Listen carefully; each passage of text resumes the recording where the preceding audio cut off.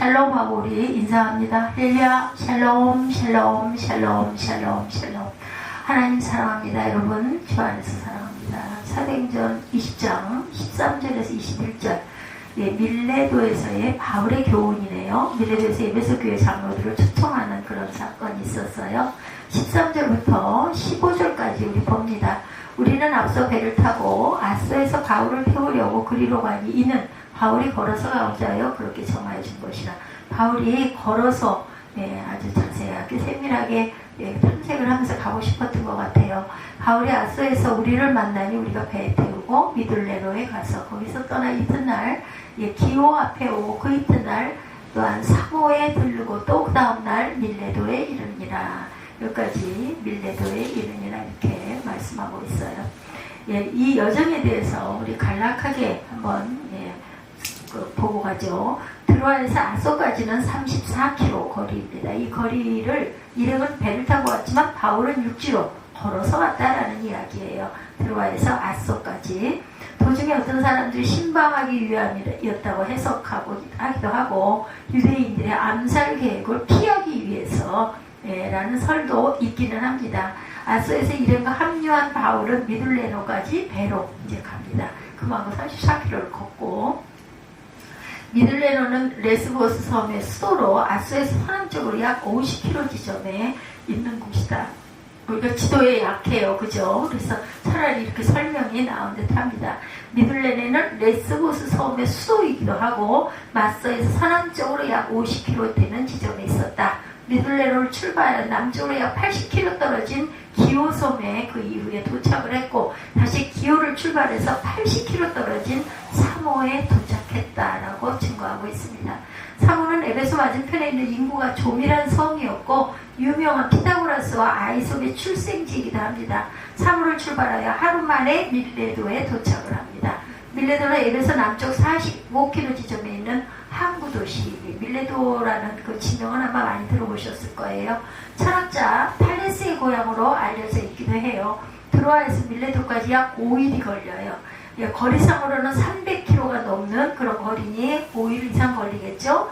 밀레도에서 바울은 에베소 사람을 보내어 교회 장로들을 초청합니다. 바울이 밀레도에서 사람을 에베소로 보내어 교회 장로들을 청하니 17절에 이렇게 나와 있죠. 16절 17절 봅니다. 바울이 아시아에서 지체하지 않기 위하여 에베소를 지나 배 타고 가기로 작정하였으니는 될 수 있는 대로 오순절 안에 예루살렘에 이르려고 급히 가미로라.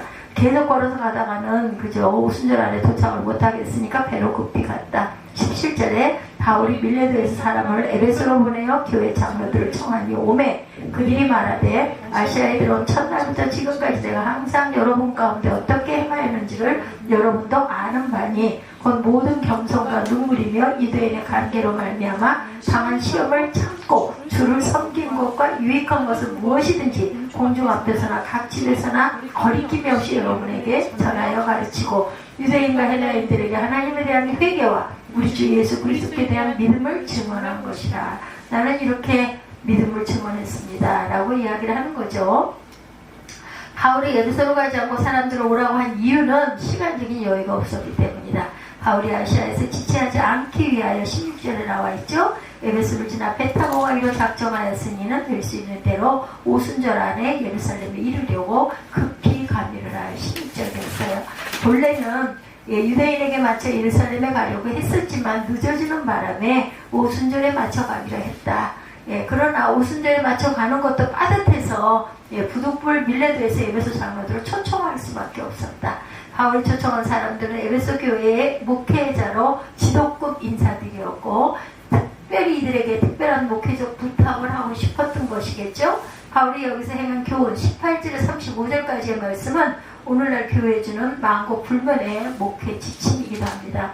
바울은 지금까지 목회자로서 자신이 걸어온 길을 이야기를 하죠. 삶 자체보다 더 좋은 교훈은 없어요. 18절에 오매 그들에게 말하되 아시아에 들어온 첫날부터 지금까지 내가 항상 여러분 가운데 어떻게 행하였는지를 여러분들에게도 아는 바니 여러분도 내가 얘기를 해서 아는 거 아니냐. 19절에서 35절까지 교훈은 크게 세 부분으로 나눌 수가 있는데 오늘 첫 번째 부분이에요. 바울은 에베소에서 어떻게 목회를 했는가? 여기서 세 가지 말씀을 증거하면 주를 섬기는 것, 말씀을 전하고 가르침을 섬기는 것, 또한 셋째로 가르침 핵심인 회개와 믿음 등을 내가 증거하고 전했다라고 얘기를 하죠.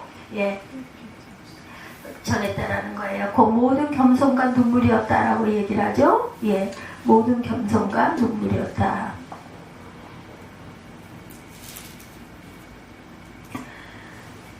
첫째로 주를 섬기는 것, 둘째로 말씀을 전하고 가르침으로 섬기는 것, 셋째로 가르침의 핵심인 회개와 믿음들이었다라는 이야기를 해요. 20절에 유익한 것은 무엇이든지 공중 앞에서나 각 집에서나 거리낌이 없이 여러분에게 전하여 가르쳤고, 21절에 유대인과 헬라인들에게 하나님에 대한 회개와 주 예수 그리스도에 대한 믿음을 제가 이렇게 증언했습니다. 이게 말하고 있죠.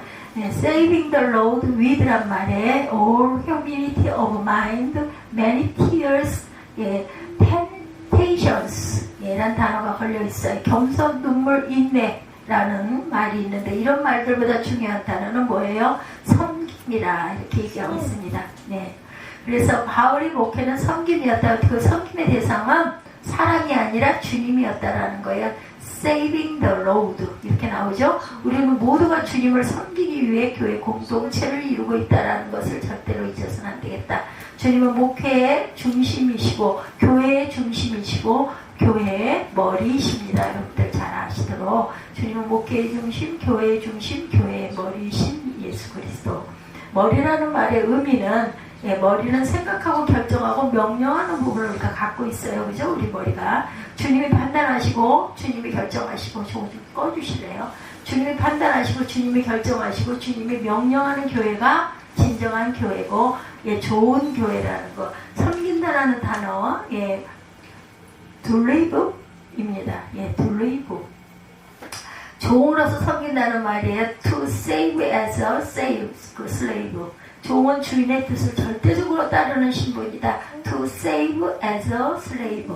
예, 하나님의 교회 구성원들은 주님의 뜻을 절대적으로 따르는 사람들이다.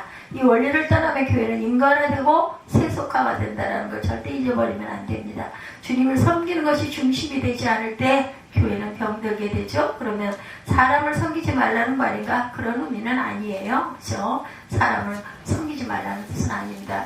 예, 다음 절에 보면 그 사람을 섬기는 방법이 나오죠. 22절 볼까요? 예, 보라, 이제 나는 성령의 매일 예루살렘으로 가는데 거기서 무슨 일을 당하는지 나는 알지 못하겠다. 오직 성령이 각성에서 내게 증언하여 결박과 환난이 나를 기다린다 하시나, 24절에 내가 달려갈 길까지 주 예수께 받은 사명 곧 하나님의 은혜의 복음을 증언한 일을 마치려 하면 나의 생명조차 조금 더 귀한 것으로 여기지 아니하노라.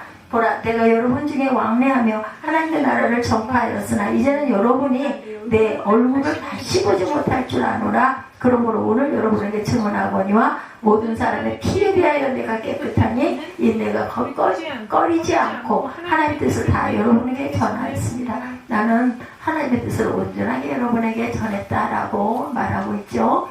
예, 사람을 섬기는 것이 역시 주님을 섬기는 것의 또 다른 모양이라는 것 우리가 잘 알아야 합니다. 성도를 섬기대야 어떻게 섬겨요? 사람으로서가 아닌 주님의 몸으로 섬기라는 뜻이에요. 예, 사람으로서가 아니고 주님의 몸으로, 사람이 아니라 사람입니다. 사람으로서가 아닌 주님의 몸으로 섬기라. 바로 이 점이 교회와 세상을 구별하는 가장 중요한 요소이다.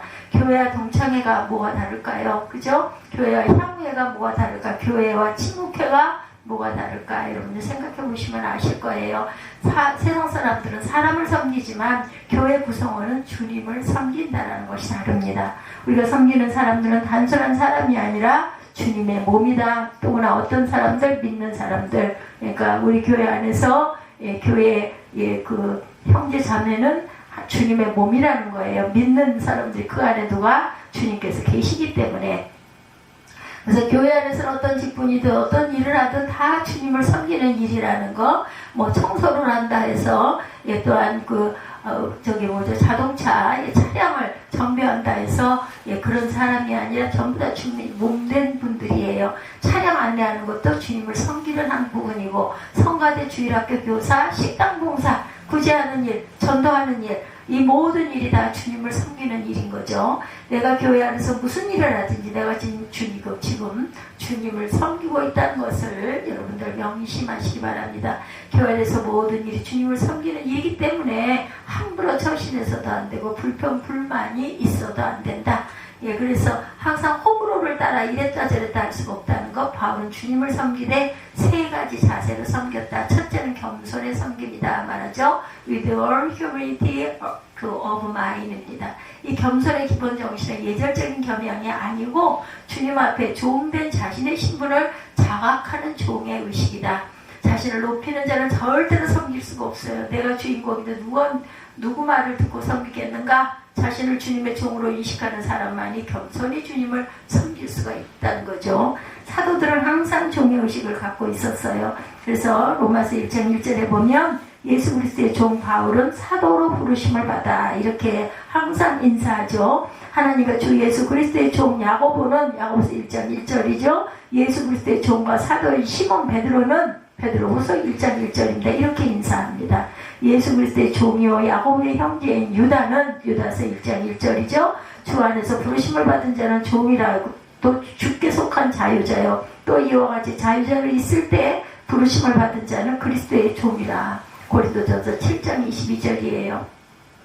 이제 내가 사람들에게 좋게 하랴 하나님께 좋게 하랴 사람들께 기쁨을 구하랴 내가 지금까지 사람의 기쁨을 구하는 것이었다면 그리스도의 종이 아니니라. 갈라디아서 1장 10절입니다. 둘째는 눈물의 섬김. 눈물은 어때요? 진실의 표정이죠. 또한 사람을 불쌍히 여기는 동정심의 표현입니다. 우리가 이 눈물을 흘릴 때 감동의 눈물인지 사람을 향한 동정심의 눈물인지는 본인이 알아요. 그저 눈물 날 때. 교회를 섬기는 사람들은 피도 눈물도 없는 메마른 법관들이 절대로 되지 말아야 한다. 누가 잘못하면 정죄하고 비난하지 말고 어떻게 해요? 긍휼히 불쌍히 여길 줄 알아야 되겠죠. 가늠하다 현장에서 붙잡혀온 여인에게 주님이 뭐라고 그러셨어요? 너희 중에 죄 없는 자가 먼저 돌로 치라. 요한복음 8장 7절이죠. 이것이 바로 주님의 심정이라는 것을 우리가 잊지 말아야 되겠다라는 것. 대개의 아버지들은 자식을 법과 원칙으로 키우려고 해요. 좀 뭐라 그래야죠? 근엄하시죠. 좀 겁이 나죠. 어렸을 때 저도 아버지가 참 어려웠습니다. 그래가지고 어머니는 안 그러죠. 감정으로 감성으로 기릅니다. 결과적으로 아비 없는 자식보다 어미 없는 자식이 삐뚤어지는 확률이 높다고 그래요. 왜냐하면 감성이 비어있다 보면 그렇게 되죠. 이유는 법으로 다스리는 것보다 눈물로 다스린 것이 훨씬 효과적이기 때문이다. 요즘 가해 어머니들 눈물이 없죠. 자식을 위해서 울지 않습니다. 엄마가 자식을 버리면서도 울지 않아요. 그 결과는 감성 없는 사람, 무자비한 사람들이 쏟아져 나온다라는 뜻을 갖고 있어요. 자녀를 위한 엄마의 신앙교육은 자식을 위해서 울면 된다라는 거죠. 엄마가 베갯머리에서 자식을 위해서 울면서 기도하면 절대로 자녀가 나쁜 길로 가지 않는다는 것. 좀 삐뚤어진 듯 해도 다시 돌아옵니다. 그것이 한나의 교육 방법이에요. 교인들을 법감처럼 절대로 판단하지 말아야 된다. 오히려 서로 불쌍히 여기고 울기를 잘해야 한다는 거죠. 누가 아프면 같이 울고, 누가 사고 나면 같이 울고, 누가 실패하면 같이 울어주고, 누가 고통받으면 안타까워서 안쓰러워서 울고, 누가 죄를 지어도 같이 울어주고, 기쁜 일이 있어도 울고, 서로를 위해 우는 교회, 좋은 교회라는 거. 주님을 섬기되 성도들을 불쌍히 여기면서 눈물로 섬기는 저와 여러분이 되시기 바랍니다. 셋째는 시험을 참는 인내의 섬김이다. 시험이죠. 이런 말은 실험하여 증명한다라는 뜻을 갖고 있어요. 참다운 섬김은 시련을 통해 입증이 됩니다. 포리스 모브 이렇게 나와 있네요. 주님을 섬기는 과정에서 수많은 시험이 있어요. 그래서 항상 바울은 유대인들에게 시험을 당했다고 그래요. 뭘 잘못해서 고난을 당한 게 아니라 잘못이 없는데도 항상 해침을 당했어요. 저 여러분 가운데 교회 일하다가 이유 없이 욕먹은 그런 기억도 있으실 거예요. 좀 너무나 억울하다 이럴 때가 있으실 거예요. 특히나 교회 규모가 크면 나는 정말 이래서 이렇게 정성껏 일했는데 오해를 당하는 경우들이 있습니다. 그건 약과라고 그러죠. 바울은 매 맞고 갇히고 굶주리고 오해받고 모함당하고 죽음의 위협을 당하기도 했어요. 그러면서도 주님을 섬기는 일은 끊임없이 계속합니다. 이것이 바로 교회의 일이고 목회라는 것을 잊지 말아야 되겠죠. 주님을 섬기되 어떤 시험이든지 참고 교회를 섬기는 저와 여러분들이 되시기를 주님의 이름으로 축복합니다. 말씀을 또한 전하고 가르치죠. 주님을 섬기는 것이 목회의 주안점이라고 그랬어요. 그렇다면 주님의 몸된 성도들을 어떻게 섬겼을까? 바울은 목회자로서 말씀을 전하고 가르침으로 섬겼다라는 거예요. 유익한 것은 무엇이든지 공중 앞에서나 각 집에서 거리낌이 없이 너에게 전하여 가르치고 그것은 바로 성도에게 진정한 유익을 주는 길이다. 예, 보면은 20절에 그렇게 나와 있죠. 유익한 것은 무엇이든지 공중 앞에서나 각 집에서나 거리낌이 없이 여러분에게 전하여 내가 가르쳤다. 유대인과 헬레인들에게 하나님에 대한 회개와 우리 주 예수 그리스도에 대한 믿음을 내가 증언했다라고 아주 당당하게 이야기를 합니다. 나는 이렇게 가르쳤다. 진정한 유익을 주는 길이죠. 그래서 유익이란 말은 세속적인 관점에서의 이해상관을 말하는 게 절대 아니에요. 그죠? 영적인 유익을 말합니다. 하나님이 보시는 관점에서의 유익이다. 영혼을 살리는 유익, 하나님의 축복을 주는 유익, 또한 믿음을 세워주는 유익을 내가 증언했다. 하나님 말씀을 전하고 가르치는 성도를 가장 유익하게 하는 일이라는 거 디모데후서 3장 16절 잘 아시죠? 모든 성경은 하나님의 감동으로 된 것으로 교훈과 책망과 바르게함과 의로 교육하기에 유익하다라고 얘기하고 있어요. 그래서 성경 말씀처럼 올바른 건 없습니다. 잘 몰라. 그럼 성경을 읽으시기 바랍니다. 반복해서 계속 읽다 보면 거기서 기쁨이 오고 감동이 오고 눈물이 나고 기도하게 된다라는 거, 그걸 잘 깨닫지 못하면 붙들고 계속 반복해서 눈 뜨고, 제가 어제도 그 얘기했어요. 눈 뜨고 읽으라고 해서 모르겠다, 모르면 눈 감고, 꼭 기도를 눈 감고만 하는 게 아니니 말씀을 먼저 읽고 그 말씀에서 오는 감동이 있을 때까지 반복해서 계속 읽다가 내가 필요한 이것도 하나님 이런 부분도 이렇게 제가 구하고 있습니다 하고 아뢰면 그게 기도가 된다고 말씀 중심으로 기도하라고 제가 전했어요. 바울은 두 방면에서 말씀을 전하죠. 하나는 공중 앞에서 공개적으로 전한 일이고 다른 하나는 개별적으로 집집이 찾아다니며 가르쳤다라고 얘기하고 있죠. 그래서 누구에게? 유대인이나 헬라인들에게 하나님께 대한 회개와 우리 주 예수 그리스도에 대한 믿음을 내가 증언했다. 보라 이제 나는 성령에 매여 예루살렘으로 가는데 거기서 무슨 일을 당할지 나는 알지 못하노라. 아주 정확하게 고백하고 있습니다. 내가 무슨 일을 당할지 나는 잘 알지 못한다. 그것도 하나님께서 하실 것이다 라는 거죠. 예, 전했다라는 말은 선포했다라는 뜻을 갖고 있죠. 예, preach라고도 얘기합니다. 프로클롬이라고도 얘기합니다. probability라고도 얘기를 한다. 뿐만 아니라 집집마다 방문해서 가르쳤다라는 거예요. 집집마다 방문한 것은 오늘날로 얘기하면 신방 전도이죠. 어떤 식으로 하든지 중요한 것은 하나님 말씀을 전하는 일이다. 어떻게 하든 그 유익한 대로 전한다라는 거. 사도의 직책은 물질적 도움을 주는 직책이 아니에요. 세상적인 어떤 자문을 해주는 직책도 아닙니다. 오직 하나님 말씀을 도구로 해서 영혼을 살리는 사역을 하는 사람들, 이것이 바로 목회, 영혼 살리는 게 목회입니다. 주님 이런 말씀을 하시죠. 마태복음 24장 45절에 보면 충성되고 지혜 있는 종이 되어 주인에게 그 집 사람들을 맡아 때를 따라 양식을 나눠줄 자가 누구뇨? 이렇게 얘기하고 있습니다. 여기서 주인집은 바로 교회를 상징합니다. 다시 한번 충성되고 지혜 있는 종이 되어 주인에게 그 집 사람들을 맡아 때를 따라 양식을 나눠줄 자가 누구냐라고 얘기합니다. 바로 교회. 주인집의 종은 교회의 일꾼을 가리키고 때를 따라 나눠줄 양식은 바로 하나님 말씀을 의미한다라는 거. 목회자는 성도들에게 때마다 말씀을 나눠주는 직책을 가지고 있는 이것이 바로 목회라는 것. 하나님 말씀은 목회자가 가진 가장 중요한 콘텐츠이기도 합니다. 예, 그런데요, 먼저 내가 먹고 내가 주님의 말씀의 양식을 충만하게 먹고 나면요, 열정을 가지고 증거하고 전할 수밖에 없어요. 왜냐하면 너무 좋으니까, 너무 옳은 말씀이니까, 너무 동의가 되니까. 그래서 내가 먼저 은혜를 받아야 된다는 거죠. 하나님 말씀을 통해서 일을 하죠. 교회는 하나님 말씀을 전하는 조직이라는 것. 하나님 말씀은 교회라는 목장이고 밭에 뿌려주는 생명력을 가진 씨앗이라는 것. 말씀을 뿌리면 사람의 마음과 삶의 열매가 맺혀지게 됩니다. 마태복음 13장에 씨 뿌리는 자의 비유 여러분들 잘 아시죠? 사람의 마음에 말씀의 씨를 뿌려놓으면 어떻게 100배, 60배, 30배의 결과가 나온다. 여기서 100배, 60배, 30배라는 수치는 영적 변화의 정도를 가리키고 있어요. 어떤 사람은 말씀을 듣고 영혼의 구원을 받죠. 천국 백성이 됩니다. 하나님 자녀가 돼요. 어떤 사람은 하나님 말씀을 듣고 생각과 사상이 바뀌어집니다.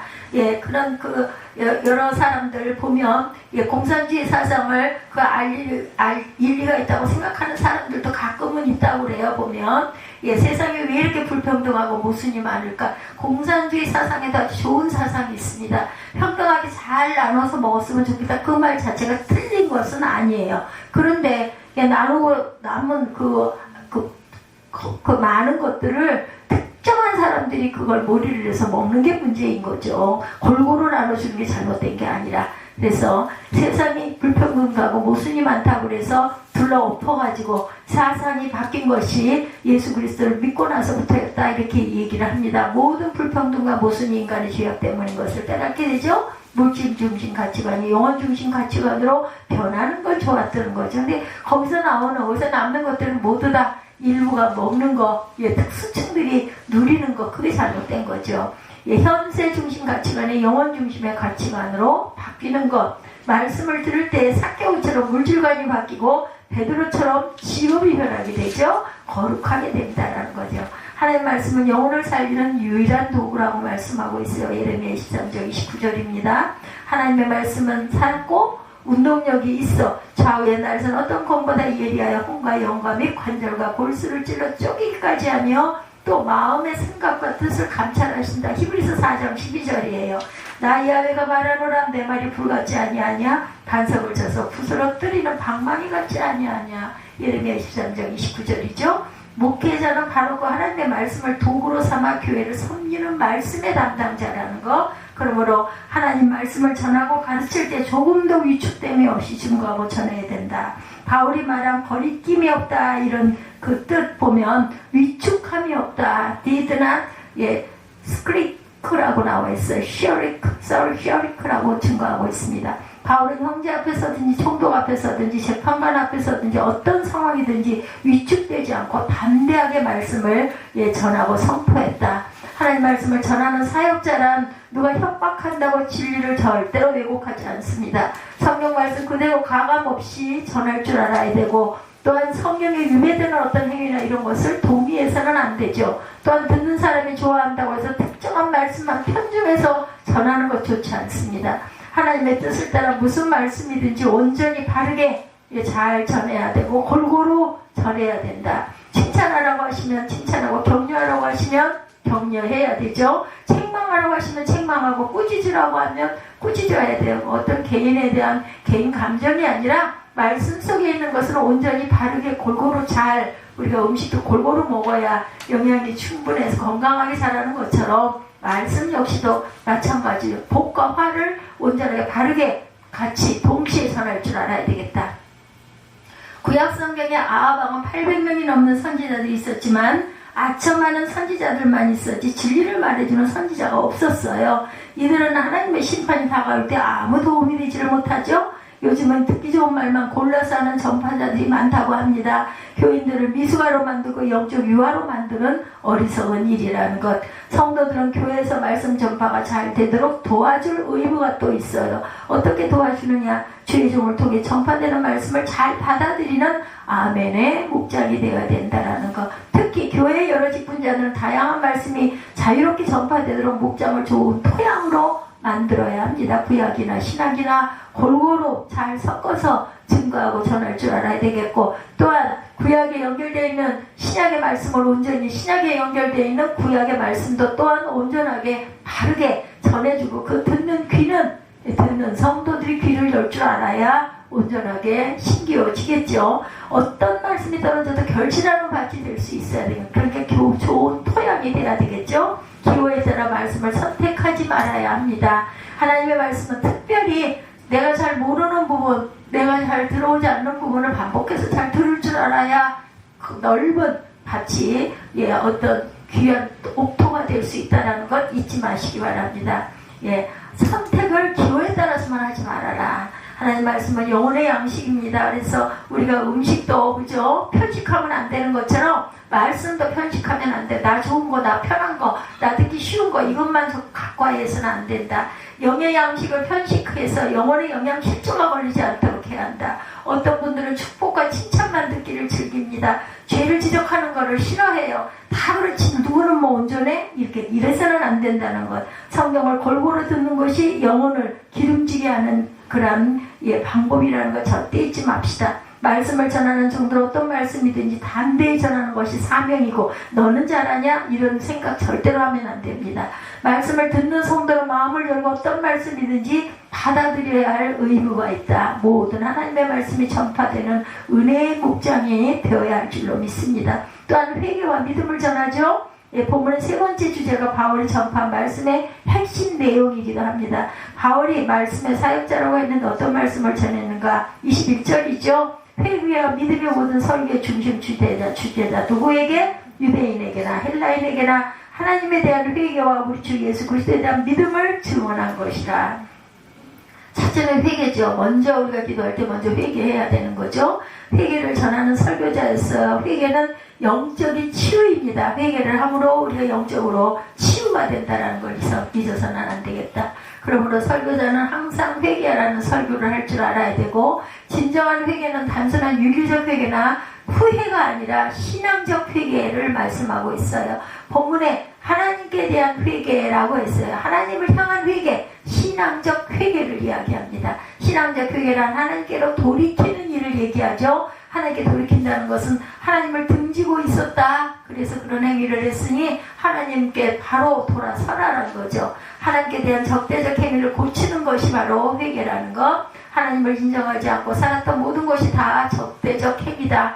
윤리적 범죄도 다 하나님을 향한 적대적 행위입니다. 부모거역, 살인, 간음, 도적질, 거짓, 탐욕, 이 모든 것들이 다 회개해야 될 기도 제목들이죠. 하나님 계명을 정면으로 위반하는 그런 행위들을 돌이키는 것. 인간이 짓는 모든 죄는 직접적으로 하나님을 향한 적대적인 범죄라는 것. 그래서 회개는 하나님께 해야 한다. 다윗은 우리아의 아내를 빼앗기 위해 살인, 교사, 간음죄를 지었었죠. 그래서 그리고 나서 회개할 때 우리아에게 죄를 지었다 하지 않고 하나님께 범죄했다 이렇게 고백을 합니다. 시편 51편 4절에 보면 내가 주께 본 범죄의 주의 목전에 악을 행하였사오니 주께서 말씀하실 때 의로우시다 하고 판단하실 때 순전하시다 하리이다 이렇게 고백해요. 인간을 향한 범죄 행위는 다 하나님을 향한 범죄 행위다. 그러므로 회개도 하나님께 해야 하고 용서도 하나님께 받아야 합니다. 회개는 두 종류가 있는데 평생 하나님을 인정하지 않고 살던 사람이 하나님께로 돌아오는 것을 회심이라고 얘기하죠. 회심은 일생에 한 번 있는 일, 회심은 구원의 관문이고 저와 여러분이 이런 회심을 한 사람들이라는 거죠. 회심 후에는 성도들에게 필요한 것은 일상적인 회개입니다. 회개는 성화의 과정이기도 하죠. 점점 주님을 닮아가고 거룩해 가기 위해서 회개는 필요해요. 거룩은 영적 건강의 지표입니다. 회개자라면 영적으로 건강해지고 충만해지죠. 우리가 피곤해도 세수를 하고 샤워를 합니다. 이런 것처럼 건강을 유지할 줄 아는 이런 회개가 있어야 된다. 우리 영혼이 날마다 죄와 먼지를 털고 씻는 것, 이것이 회개죠. 그래서 영혼의 건강이 유지가 된다. 날마다 우리는 죄가 가득한 세상에 살고 있어요. 그러므로 매순간 지은 죄를 씻어야 한다. 어떻게 매순간 죄를 씻는가?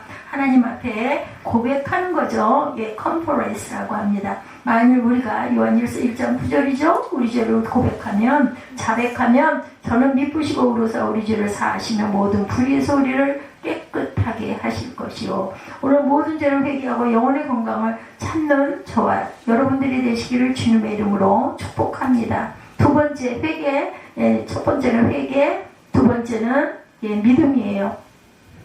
바울은 설교를 통해서 항상 믿음을 강조하죠. 21절에 예수 그리스도를 믿는 믿음, 우리 주 예수 그리스도께 대한 믿음을 이야기하고 있어요. 그래서 우리는 어느 순간에든지 하나님 앞에 설 수 있는 것은 오직 예수님의 속죄에 대한 은혜라는 것을 우리가 잊지 말아야 되겠다. 내가 아무리 죄인이라도 예수님을 구주로 믿고 의지하는 것 한 가지 때문에 하나님 앞에 설 수 있다는 것을 잊지 말아야 한다. 내가 예수를 구주로 믿는 것은 곧 하나님 자녀로서의 신분증이에요. 내가 예수를 믿고 의지하는 것 때문에 나는 어디서나 하나님의 자녀로 인정을 받죠. 예수를 믿고 의지하고 예수를 믿고 의지하는 것만이 모든 죄를 용서받는 길이라는 것, 영원한 생명의 길, 축복의 길이라는 것. 목회자는 설교할 때마다 예수님이 구주라는 사실을 늘 증거할 줄 알아야 합니다. 또한 예수 그리스도를 믿고 의지하라는 말을 반드시 반복해서 해야 되겠죠. 바울은 설교할 때마다 하나님께 대한 회개를 말합니다.